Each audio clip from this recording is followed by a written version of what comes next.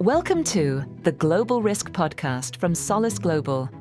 This is your weekly global intelligence briefing, covering the key geopolitical and security developments shaping the world.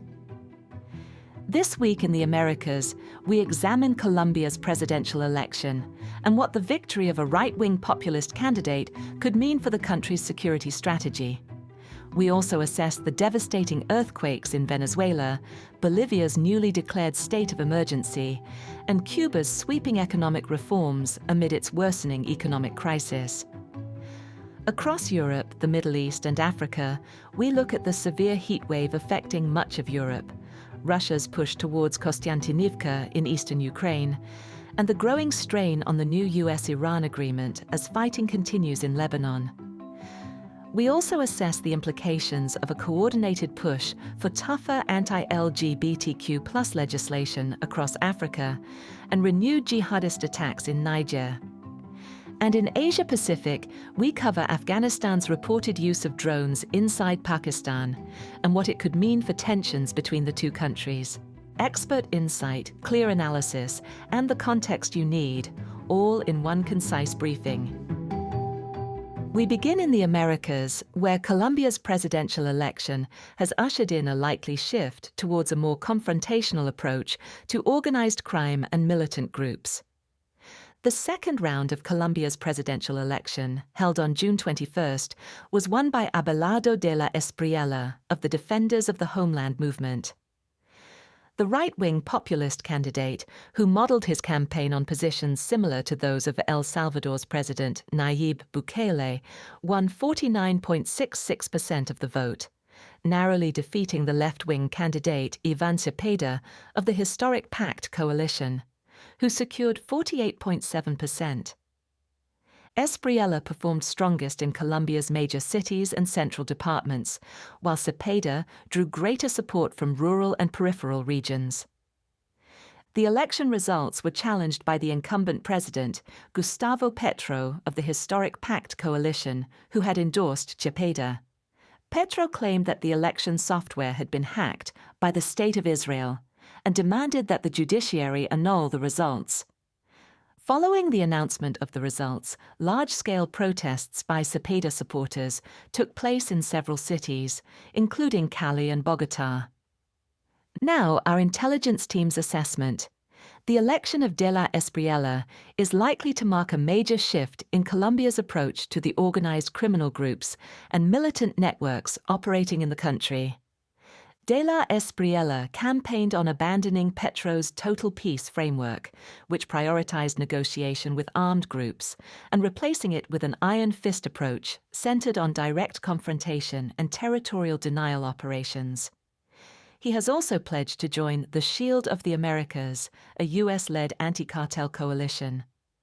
Cartels are highly likely to interpret this shift as a threat and may respond to the election with high-profile attacks aimed at deterring the incoming administration from adopting a more aggressive security posture or abandoning existing negotiation processes. As Commander-in-Chief of the Colombian military forces, the president has broad executive authority over security policy and will likely be able to deploy the armed forces against armed groups while suspending negotiations with limited constraints. This could result in an almost immediate change in Colombia's internal security landscape, including an increase in offensive military operations. However, many of de la Espriella's proposed policies will require congressional approval. This could delay implementation, dilute key proposals, or force him into concessions with established center-right parties. Following the parliamentary elections earlier in 2026, Colombia's Senate and Chamber of Representatives are highly divided. As a result, de la Espriella will likely have to rely on alliances with the traditional Uribista center-right to pass legislation. Moreover, de la Espriella's party has limited representation at departmental and municipal levels, which could complicate cooperation with local authorities in implementing national policy. The Colombian presidential election is likely reflective of a broader trend across Latin America. where parties promoting a mano dura approach to combating crime are proving particularly successful at the ballot box, often displacing more established center-right parties.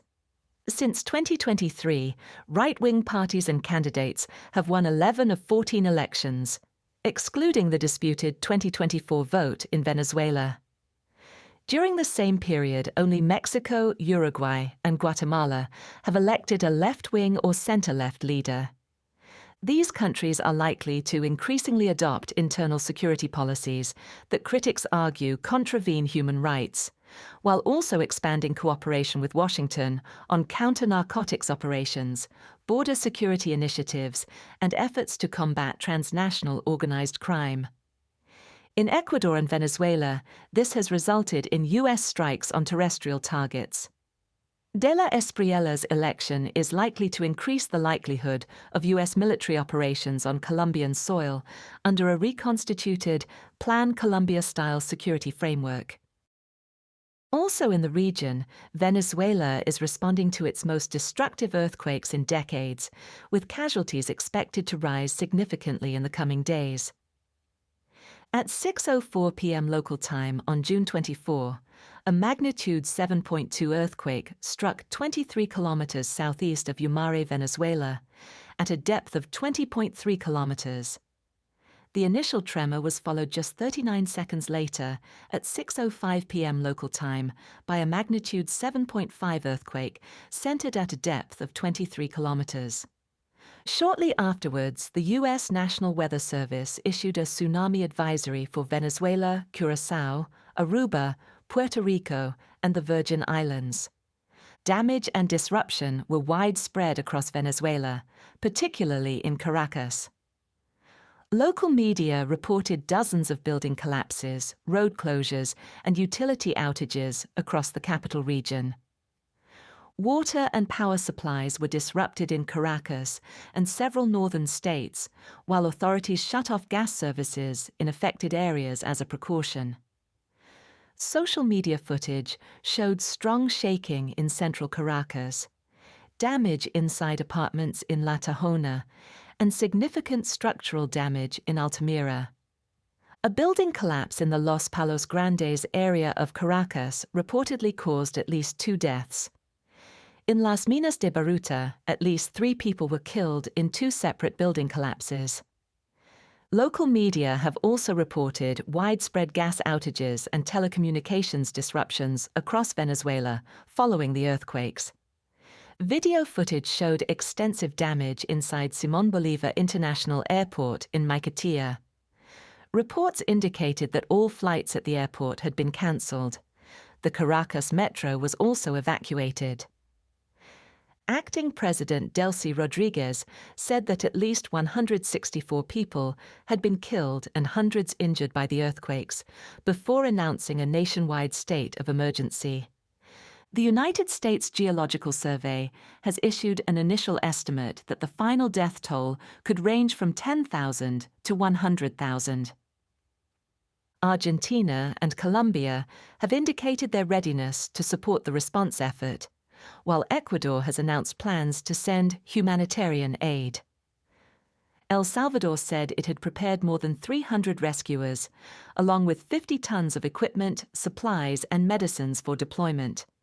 The Dominican Republic also announced that specialized search and rescue teams would depart for Venezuela on the morning of June 25th. U.S. President Donald Trump has also pledged to deploy U.S. resources to Venezuela. Now our intelligence team's assessment. Venezuela is highly exposed to seismic activity. The country lies near the boundary between the Caribbean and South American tectonic plates, where tectonic movement is largely accommodated by major strike-slip fault systems across northern Venezuela, including the Boconó fault system. The June 24th earthquake southeast of Yumare occurred at a shallow depth and was associated with strike-slip faulting along this plate boundary.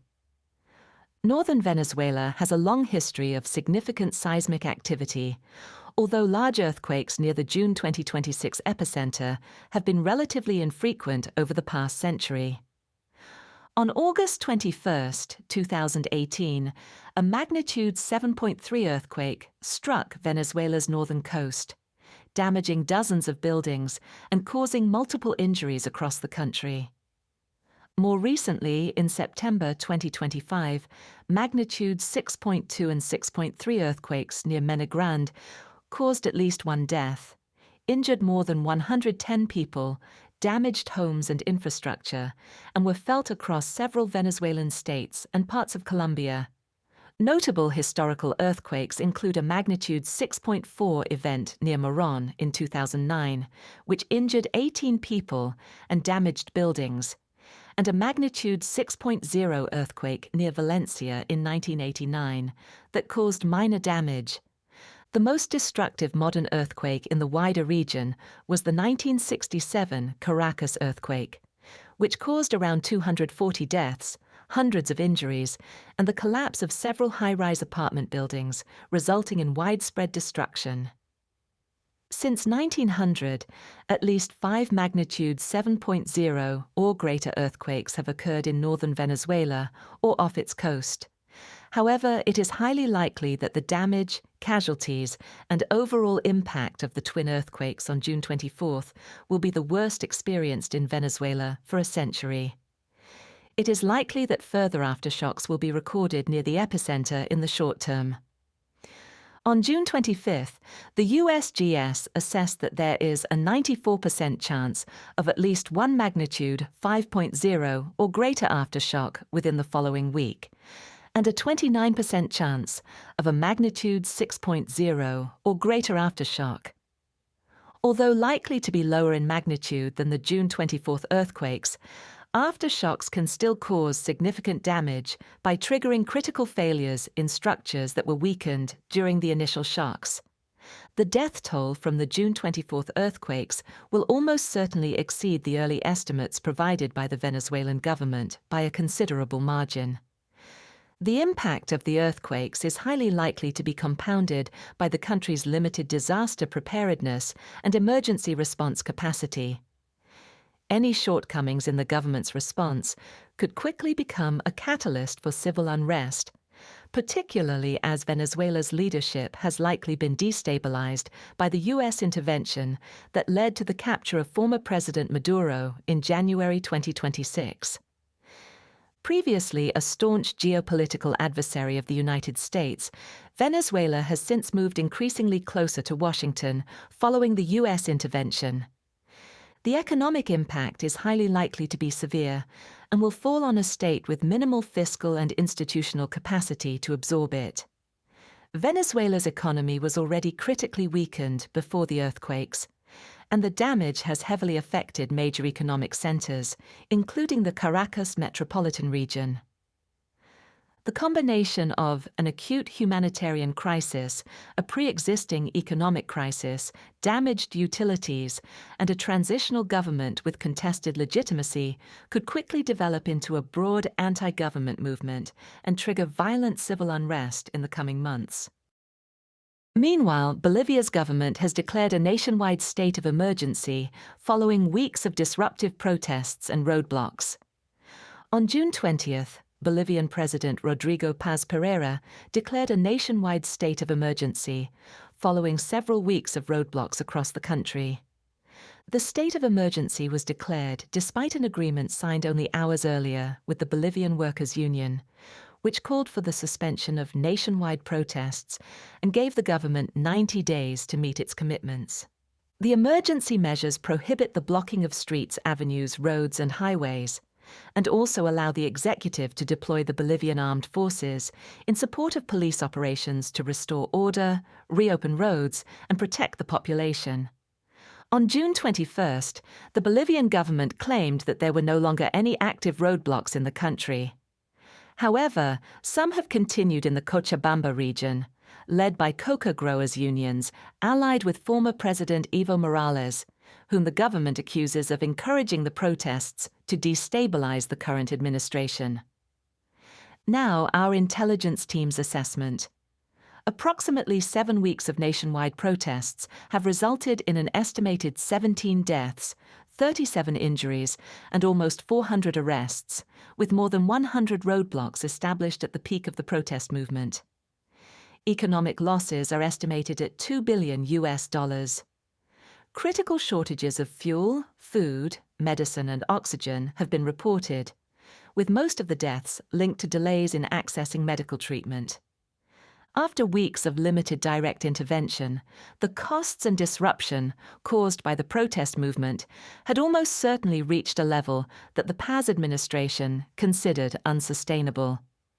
However, rather than immediately declaring a state of emergency or deploying the military, which would almost certainly have resulted in violent clashes and increased casualties, President Paz pursued a phased approach that signaled a state of emergency was becoming increasingly likely. This strategy likely increased pressure on the protest movements to negotiate, while also allowing the government to build the necessary legal and political support, reduce the risk of appearing to act unilaterally, and frame any military deployment as a measure of last resort to restore order rather than a premature escalation. The approach likely pressured the COB, Bolivia's largest trade union, into negotiations with the government and weakened the broader protest movement by isolating more hardline factions aligned with former President Evo Morales. Recent negotiations between the COB and the government have provided the executive with a short-term mechanism for de-escalation, with the union agreeing to suspend nationwide protest action in exchange for a 90-day window for the government to implement its commitments. These commitments include measures related to fuel supplies, pensions, protecting the basic food basket, opposition to the privatization of state-owned companies, and broader economic relief. However, several of these commitments are likely to run counter to Paz's economic agenda, which has focused on market-oriented reforms and reducing fiscal pressure. If the executive fails to make credible progress on these commitments, there is a realistic possibility that nationwide protests will resume, even under the state of emergency, with the COB capable of mobilizing thousands of workers at short notice. This is likely to increase the risk of violent confrontations between security forces and protesters, particularly in areas aligned with Morales, while also compounding shortages, transport disruption, and economic losses. And in Cuba, the government has announced its most significant economic reforms in decades as it attempts to respond to a deepening national crisis. On June 18th, Cuban lawmakers adopted a wide-ranging package of 176 economic reforms aimed at boosting the private sector, encouraging foreign investment, and reducing the state's control over several industries. The reforms were approved amid a prolonged economic crisis, triggered by the end of fuel shipments from Venezuela and Mexico following the U.S. capture of Venezuelan president and key Cuban ally, Nicolás Maduro, in January 2026. The measures approved by the Cuban parliament include the removal of size limits on private companies. Since 2021, private enterprises of up to 100 employees had been permitted. The reforms also end the requirement for foreign investors to form joint ventures with the state. Foreign investors will now be allowed to acquire shares in state-owned companies, while some state enterprises will be restructured as commercial companies. In addition, the reforms allow members of the Cuban diaspora to buy and develop state-owned property. Cubans will also be permitted to open bank accounts in foreign currencies, and private companies, rather than the state, will be allowed to process remittances. Now our intelligence team's assessment. If implemented, the reform package would almost certainly constitute the most significant economic reforms undertaken by the Cuban state since the 1959 revolution and the island's subsequent transition to a communist system. It is highly likely that the reforms, which were unanimously approved by lawmakers from the Communist Party of Cuba, are a response to the severe pressure imposed on Havana by the U.S. government, as well as the significant deterioration in Cuba's economic and political situation. The prolonged fuel shortage has led to a rapid decline in Cuba's energy infrastructure. Large parts of the island are currently experiencing blackouts lasting up to 24 hours, while public services, including transport, healthcare, and waste collection, have largely suspended operations. Foreign visitor numbers have also fallen by an estimated 60%, significantly reducing foreign currency inflows and further constraining the government's access to hard currency. The United States has continued to pursue a largely coercive approach towards Cuba, combining threats of military intervention with offers of humanitarian aid that are conditional on Havana accepting major structural reforms. Washington is likely to maintain its maximum pressure campaign despite the government's announcement, with the aim of extracting further concessions, including a rapid timetable for implementing the reform package. This is likely reflected in the U.S. State Department's decision to impose a new wave of sanctions targeting Grupo de Administración Empresarial S.A., a state conglomerate run by the Cuban Armed Forces, despite the Cuban government's approval of the reforms. In the short term, it is unlikely that the reforms will impact the threats faced by travelers visiting Cuba.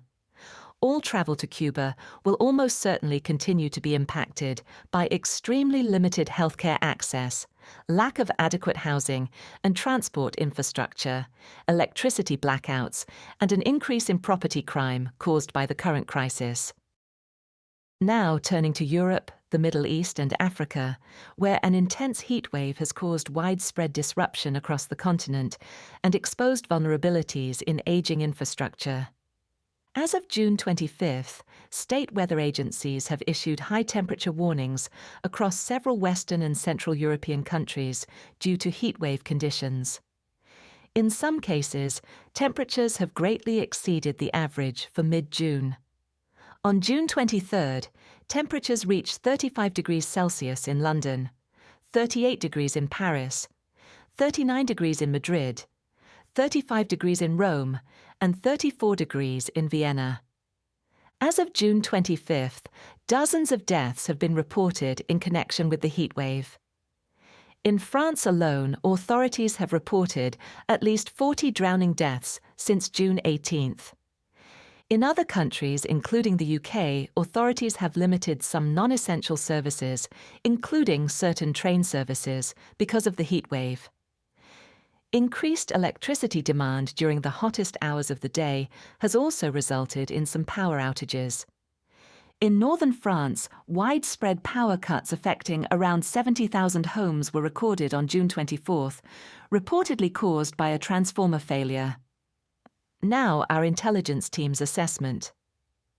The June heatwave comes around a month after a record-breaking heatwave in May, which affected countries including the UK and France, and resulted in at least 10 deaths. According to researchers and authorities, the current heatwave has been caused by an omega block. This refers to a weather pattern in which a warm, high-pressure system is held in place for a prolonged period, typically between 3 and 10 days, by two low-pressure systems. These high-pressure systems usually bring very little precipitation, contributing to higher temperatures. Available forecasts suggest that temperatures will fall between June 25th and June 27th. The impacts of heat waves in Europe are exacerbated by several factors. In many older city centres, homes are structurally predisposed to retain heat because they were designed for harsh winters. Furthermore, according to the European Environment Agency report, Overheated and Underprepared, 68% of EU citizens do not have air conditioning or fan systems at home. A 2022 study also concluded that 80% of homes in the UK were at risk of overheating during the summer. In France, researchers have estimated that approximately half of all buildings are not adapted to heat waves, while in Italy the figure rises to 57%. The adverse health impacts of high temperatures are also likely exacerbated by Europe's relatively old population, as most heatwave-related fatalities occur among people aged over 65. Prolonged periods of extreme heat are also likely to increase pressure on electricity grids through higher demand, disrupt rail and road transport because of heat-related infrastructure failures, reduce labor productivity, increase the risk of wildfires across much of Europe, and place additional strain on water resources and agricultural production. In Ukraine, Russian forces are increasing pressure on the strategically important city of Kostyantynivka, although advances remain limited.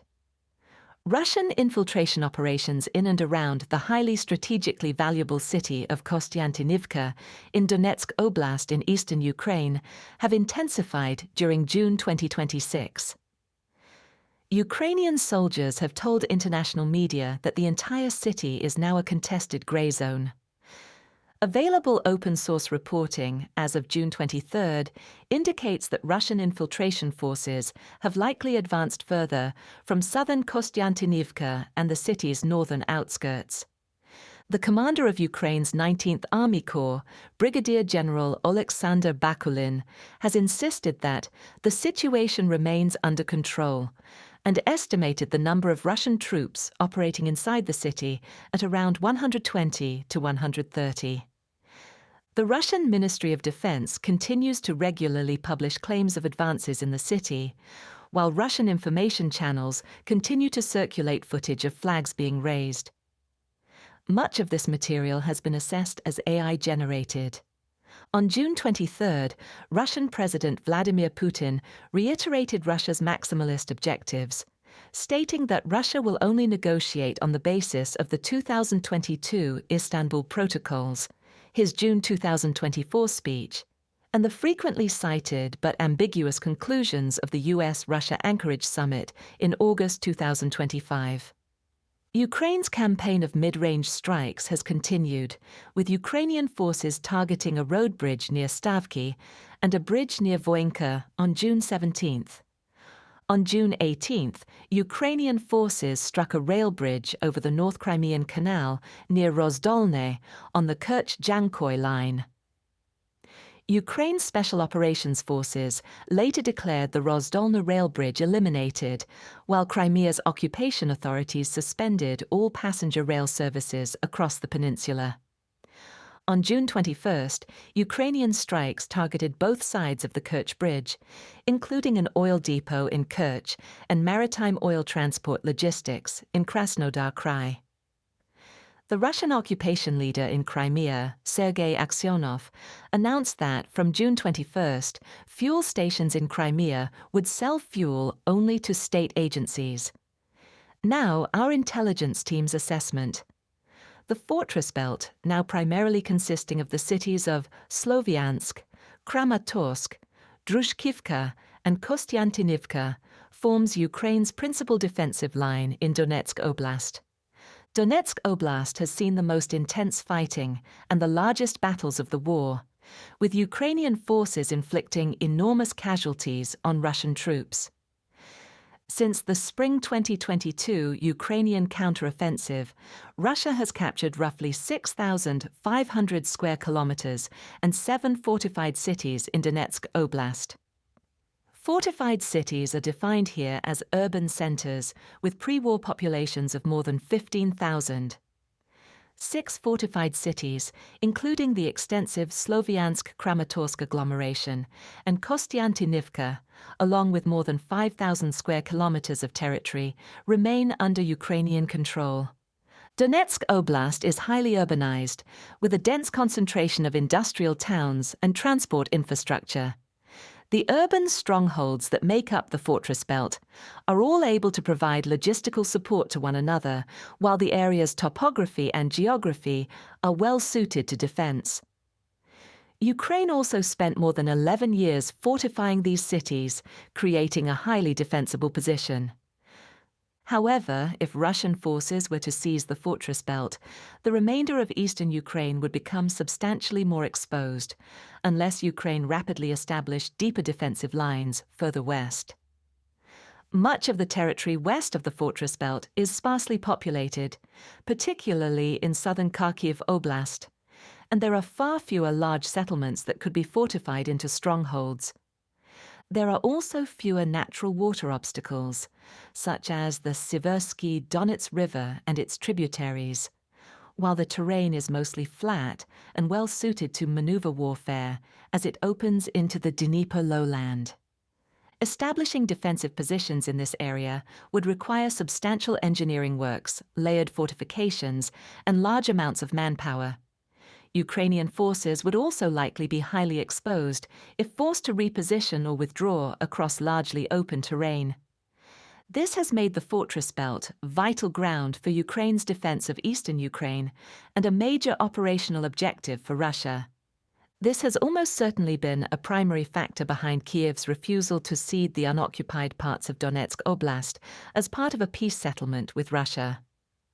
Since diplomatic efforts intensified following Donald Trump's election in 2025, such proposals have repeatedly surfaced. However, surrendering the fortress belt would significantly weaken Ukraine's defensive depth in the east and increase the exposure of territory all the way to the Dnieper River to future Russian offensives. The complete seizure of Donetsk Oblast and its fortress belt by the end of 2026 is reportedly the Kremlin's current primary objective. However, the Russian population is likely becoming increasingly fatigued by the war, particularly in response to Ukraine's escalating deep strike campaign. These strikes have caused economic losses and are highly visible, with Moscow's airports regularly suspending civilian flights because of the drone threat. Russia's optimistic military objectives are likely reflected in Vladimir Putin's claim in May that, based on an analysis of the situation on the battlefield, he believes the war is approaching its conclusion. Seizing the entirety of Donetsk Oblast would allow the Kremlin to claim a tangible political victory that is more consistent with its maximalist war aims, while also creating opportunities for renewed Russian advances across eastern Ukraine. The capture of Kostyantynivka would likely shape the conditions for a future offensive against the heart of the fortress belt, the Sloviansk-Kramatorsk agglomeration. Given Kostyantynivka's strategic importance, the current rate of Russian infiltration could force Ukraine to redeploy troops laterally to this axis from other sections of the front line, where Russian forces are under greater strain and, in some cases, are being forced to retreat, particularly in the south. The objective of seizing all of Donetsk Oblast by the end of 2026 is unlikely to be achievable. Following the significant recent successes of Ukraine's mid-range strikes campaign, Moscow is highly incentivized to challenge the narrative that Ukraine has gained the advantage on the front line. The campaign has considerably degraded Russian ground lines of communication, linking Crimea by land with occupied Donbass and Russia. This is reflected in the recently imposed restrictions on fuel sales in Crimea and is likely having a broad impact on Russian logistics across the front line. Russian infiltrations into Kostyantynivka are likely so far limited to small group operations and are unlikely to have translated into consolidated territorial control. Russian information operations relating to Kostyantynivka are likely calibrated to undermine the narrative of a temporary Ukrainian advantage. However, there is a realistic possibility that Kostyantynivka becomes defensively untenable for Ukrainian forces over the coming months if these infiltrations continue to deepen and the local tactical situation deteriorates. Moreover, the success of Ukrainian strikes against Russian ground lines of communication in the south has almost certainly complicated Russia's ability to generate offensive momentum on that axis. As a result, Russian commanders may decide to entrench their positions in the south, reallocate combat power to the Kostyantynivka axis, and increase pressure across Donetsk Oblast. Turning to the Middle East, the recent US-Iran Memorandum of Understanding is already facing significant challenges as fighting continues in Lebanon and negotiations enter a critical phase. On June 19th, a renewed ceasefire between Israel and Hezbollah came into effect. This followed a significant escalation in Lebanon after the Memorandum of Understanding was signed on June 17th. A Hezbollah attack killed 4 Israel Defense Forces soldiers, while Israel conducted approximately 150 airstrikes. Within an hour of the renewed ceasefire taking effect, the IDF carried out further strikes in southern Lebanon, and Hezbollah launched drones towards northern Israel. On June 20th, Iran's Khatam al-Anbiya Central Military Headquarters announced the closure of the Strait of Hormuz just 3 days after it had been reopened as part of the Memorandum of Understanding.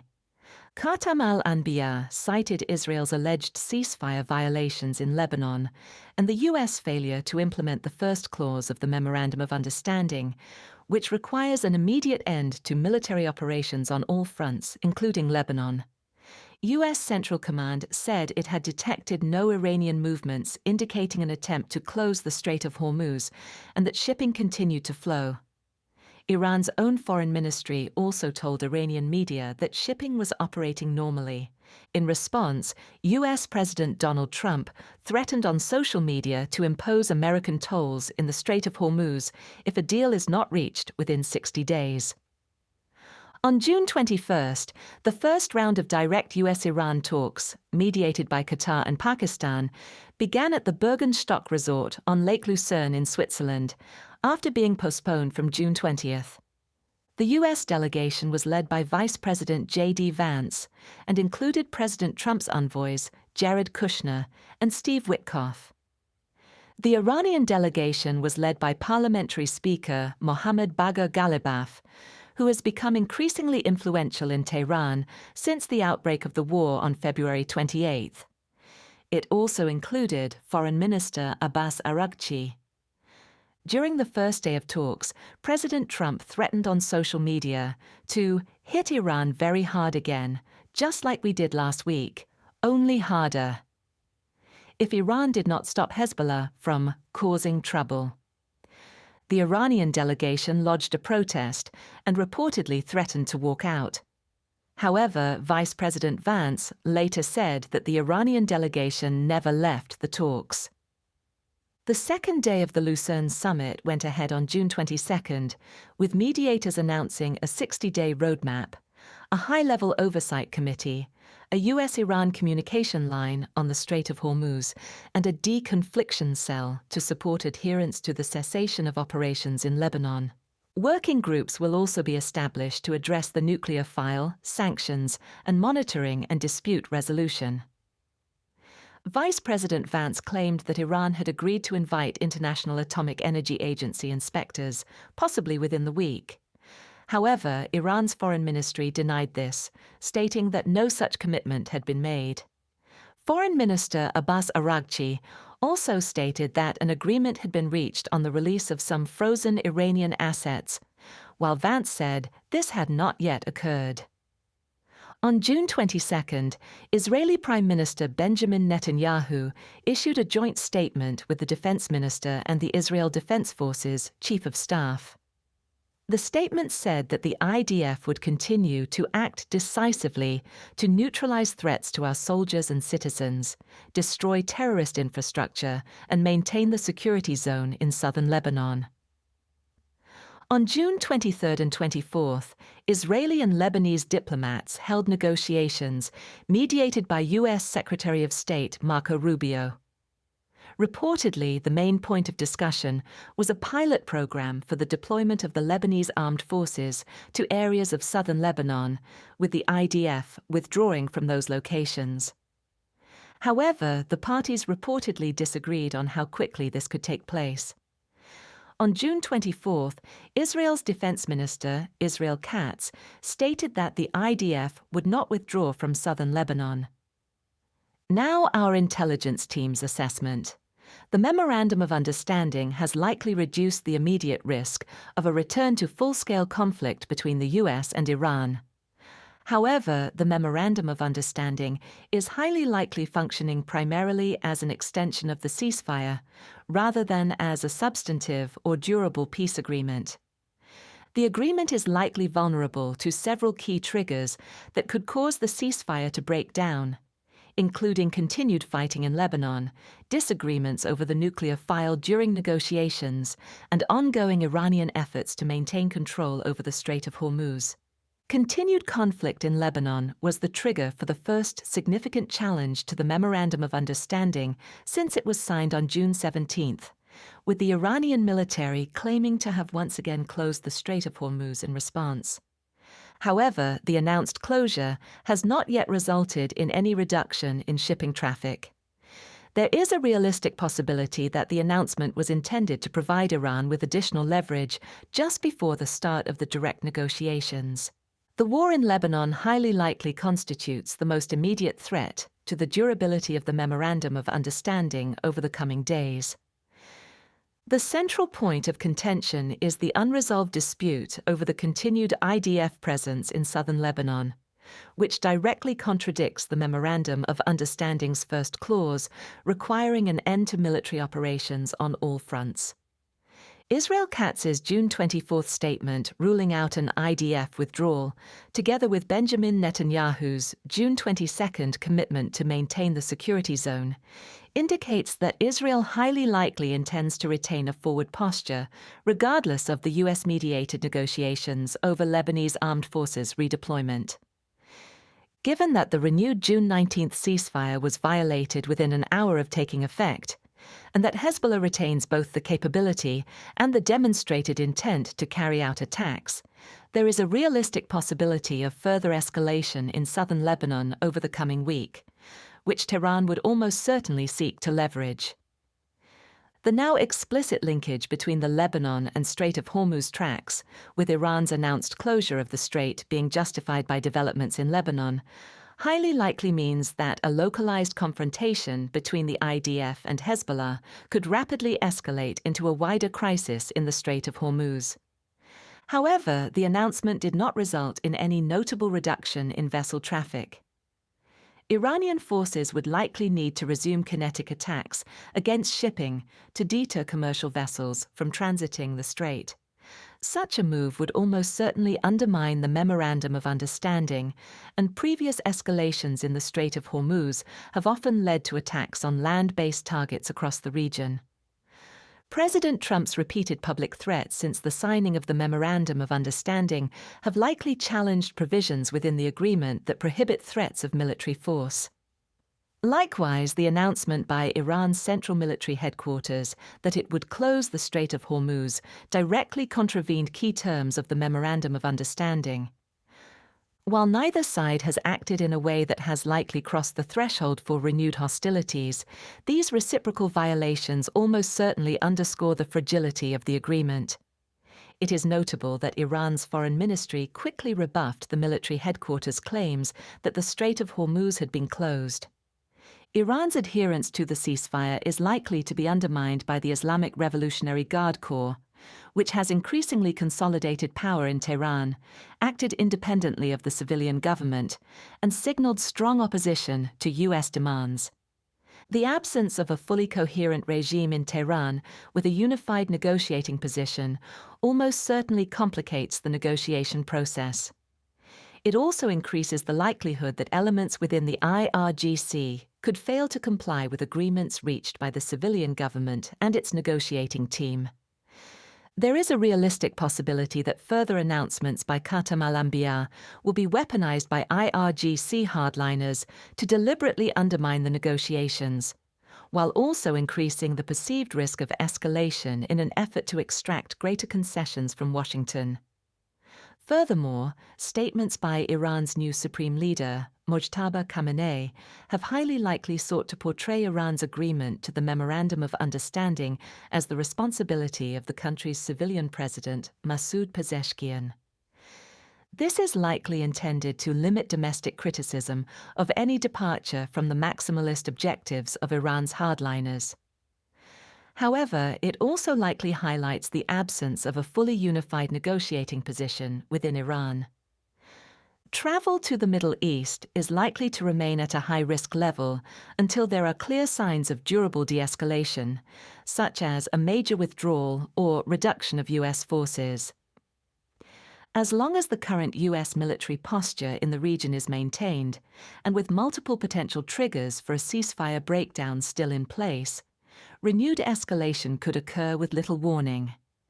A major escalation would likely result in rapid, geographically dispersed Iranian strikes against military, energy, infrastructure, and maritime targets across the region. Such attacks would likely be intended to restore deterrence, overstretch defensive capabilities, and undermine U.S. security guarantees. Across Africa, lawmakers from 18 countries have endorsed a charter that could pave the way for tougher anti-LGBTQ legislation across the continent. On June 19th, it was reported that lawmakers from 18 African countries had committed to advancing legislation that would further restrict LGBTQ+ rights. The pledge followed the Fourth African Interparliamentary Conference on Family Values and Sovereignty, held in Accra, Ghana, from June 3rd to June 6th, which brought together pro-family activists from across Africa and Europe. Representatives from 20 countries attended the conference, and delegates from 18 endorsed the African Charter on Family Sovereignty and Values. The Charter urges governments to withdraw from treaties or donor agreements that are perceived as promoting the LGBT agenda, abortion, or sex education that is not centered on abstinence. The countries reported to have endorsed the Charter are Ghana, Uganda, Kenya, Nigeria, Sierra Leone, Liberia, Zambia, Malawi, Tanzania, Zimbabwe, Eswatini, Burkina Faso, Chad, South Sudan, Madagascar, Morocco, the Democratic Republic of the Congo, and one additional country that has not been clearly identified in public reporting. Only South Africa and Mozambique abstained. South Africa declined to endorse the Charter on the grounds that it conflicted with the country's constitutional Bill of Rights and its international obligations, while Mozambique said it required further consultation and review. Now our intelligence team's assessment. The conference follows Ghana's parliament passing a bill on May 29th that criminalizes the promotion of LGBTQ+ activities, as well as identifying as lesbian, gay, bisexual, transgender, or queer. The legislation mandates prison sentences of between 3 and 10 years for those found guilty. Human rights groups have criticized the bill as one of the most extensive and repressive anti-LGBTQ+ laws in the world. Although there is no indication that any of the represented countries have yet passed comparable legislation following the signing of the Charter, the conference points to a coordinated effort to promote Ghana-style legal provisions across the region. Anti-LGBTQ+ legislation is a relatively low-cost way for political leaders to appeal to traditional values while deflecting attention from economic pressures, insecurity, corruption, or concerns over legitimacy. The influence of conservative Christian and Muslim leaders in many African countries means that anti-LGBTQ+ legislation often has cross-party appeal, allowing it to pass quickly. It also enables governments to frame the issue in terms of national sovereignty by portraying LGBTQ+ rights and values as Western imports. The conference almost certainly reflects a broader shift towards more restrictive laws targeting LGBTQ+ individuals across large parts of sub-Saharan Africa. Recent examples include Niger's June 1st Penal Code, which criminalizes homosexuality, and Senegal's March 31st legislation, which doubled the maximum penalty for same-sex relations to 10 years imprisonment. While most of the countries that signed the Charter already have restrictive LGBTQ+ laws, the initiative likely signals an effort to expand existing prohibitions beyond same-sex conduct to include advocacy, funding, education, public expression, and civil society support. This would almost certainly broaden the legal exposure of LGBTQ+ individuals and organizations, as well as health providers, journalists, donors, and rights groups operating in the affected countries. In Niger, an attack on Niamey International Airport has highlighted the growing competition between rival jihadist groups. On June 18th, the al-Qaeda-affiliated Jama'at Nusrat al-Islam wal-Muslimin claimed responsibility for an attack on Diori Hamani International Airport, which killed 11 members of Niger's security forces and 2 civilians. According to official Nigerian government statements, security forces repelled the attack. They reportedly killed 22 assailants, wounded 4, arrested 20, and seized a range of weapons. The attack began at approximately 6 a.m. and lasted for more than 2 hours. Security forces subsequently locked down the area around the airport and launched a manhunt for the perpetrators. Now, our intelligence team's assessment. The attack follows a similar incident on January 29, 2026, when Islamic State Sahel Province, supported by Islamic State West Africa Province, attacked Niamey Airport, injuring 4 members of the security forces and destroying multiple aircraft. ISSP is JNIM's main regional rival, with both groups pursuing parallel insurgencies across the Sahel, particularly in Mali, Burkina Faso, and Niger. Since JNIM and ISSP first began clashing in 2019, the two groups have engaged in hundreds of confrontations across the Sahel, resulting in more than 2,100 deaths. Although ISSP has historically dominated Western Niger, JNIM has shown signs of expanding its presence in the country, including its first recorded clash with ISSP there in April 2026. Reports indicate that civilian deaths have surged in the Tillabéri region amid the intensifying competition, with more than 1,200 deaths recorded in 2025. Tillabéri surrounds the capital district of Niamey and has experienced significant jihadist activity as the groups have become increasingly entrenched in western Niger. Diori Hamani International Airport is Niger's main international airport and a strategic military hub. It hosts the junta's command infrastructure, including an air force base and much of the Nigerian military's drone and aircraft fleet. The airport also serves as the headquarters of the Alliance of Sahel States Regional Military Coordination Structure, which links the armed forces of Niger, Mali, and Burkina Faso. It is almost certainly a high-value target for regional violent extremist organizations. JNIM is highly likely attempting to portray itself as a credible regional competitor to ISSP, demonstrating that it has the capability to carry out attacks against major military targets. The regional competition between JNIM and ISSP is highly likely to drive further high-profile attacks against targets in or near major cities across the Sahel. The increasing number of attacks against significant military targets in Niger almost certainly reflects the country's deteriorating security situation. Niamey had previously been relatively spared from jihadist attacks before 2026. However, 2 major attacks on the airport indicate that the capital is becoming increasingly vulnerable, despite intensified counter-terrorism operations and the expansion of the airport's security fencing and camera network.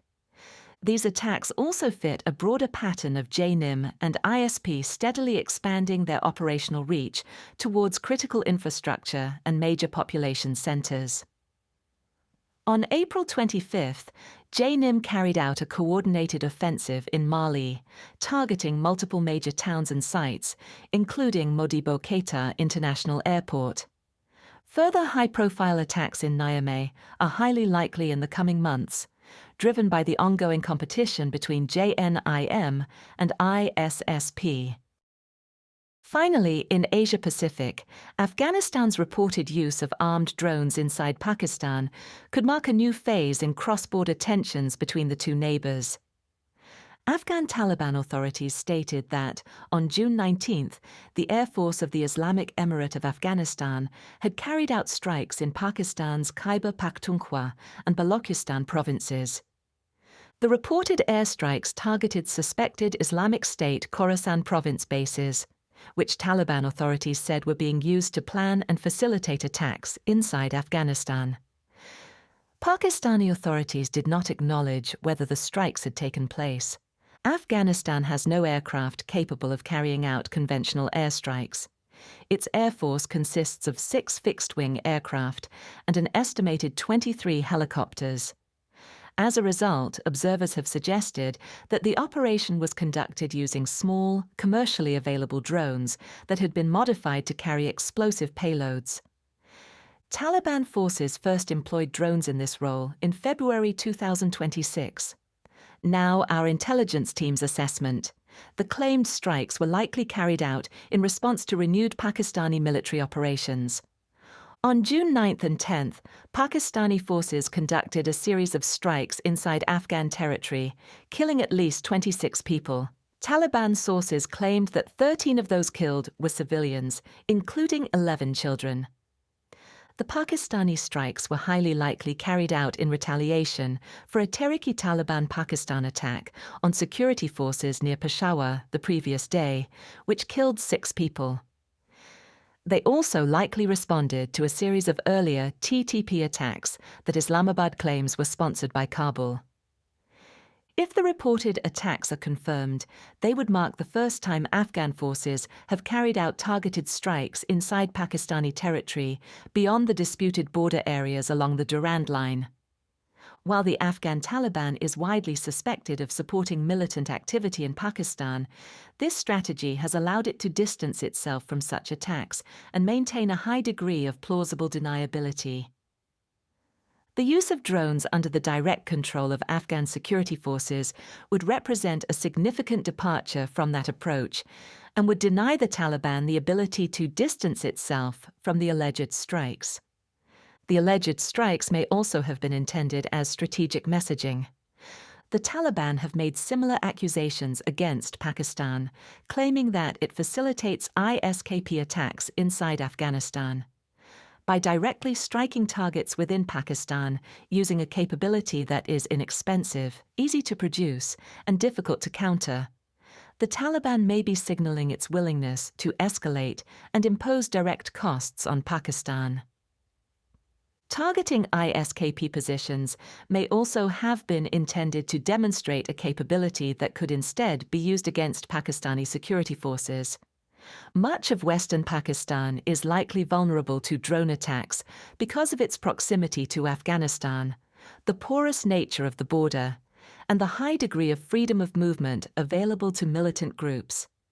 The Taliban's use of drones is likely to proliferate, and these systems are also likely to become more advanced, as alternative capabilities capable of striking inside Pakistan are either too expensive or too vulnerable to Pakistani counterstrikes. However, attacks that Pakistan can directly attribute to the Afghan state are likely to prompt a more direct military response, particularly if Pakistani security forces, rather than militant groups, are targeted. Afghan drone strikes against non-militant targets are likely to increase the risk of further retaliatory attacks inside Afghanistan, extending beyond the border regions to deeper targets, including Taliban command, security, or government-linked facilities in Kabul and other major urban centers. That concludes this week's Global Intelligence Briefing. These updates are part of our Global Intelligence subscription, which includes weekly reports, in-depth briefings, and live Q&A sessions with our experts. To learn more, visit solisglobal.com. Thank you for listening.